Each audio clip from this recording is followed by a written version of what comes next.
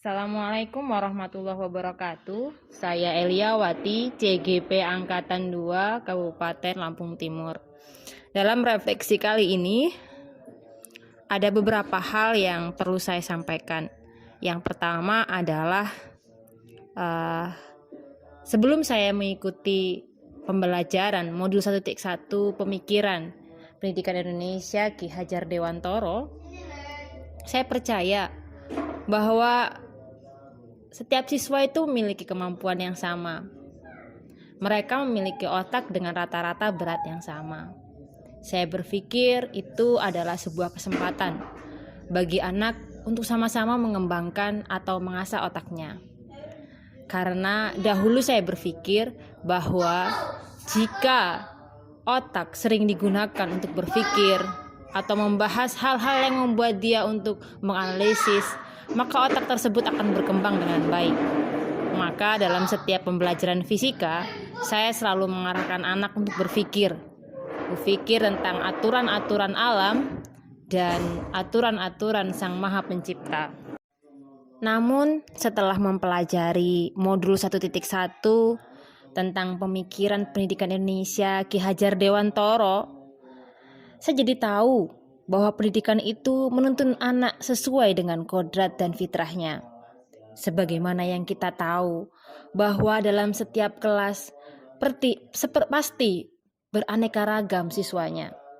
Seperti Indonesia yang memiliki banyak suku bangsa, banyak bahasa. Begitu juga dengan mereka.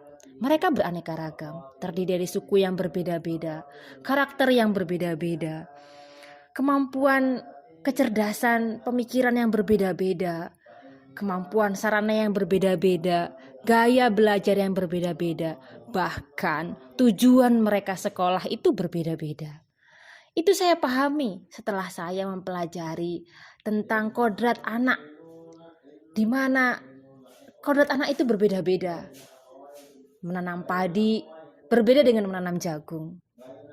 Merawatnya, memeliharanya juga berbeda.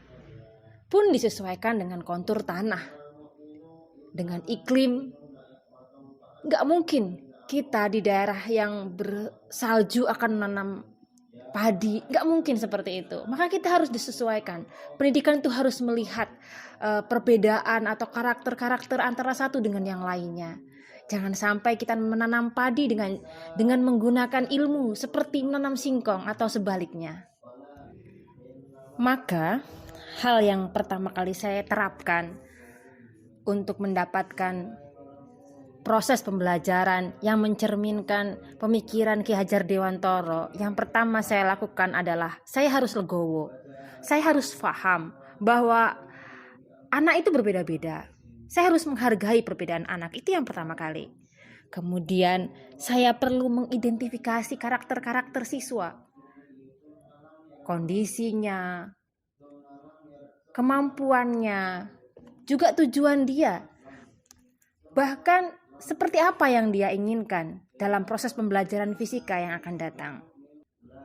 Setelah itu didapat, baru saya akan merancang media, strategi penyampaian dan pengelolaan pembelajaran yang disukai oleh anak tentunya. Kemudian bagaimana prosedur penilaian yang diharapkan oleh mereka, yang diinginkan oleh mereka. Apakah mereka ingin dievaluasi atau dinilai dengan lisan, dengan tulisan, atau dengan sebuah karya, atau dengan sebuah gerakan. Maka itu perlu saya tahu terlebih dahulu.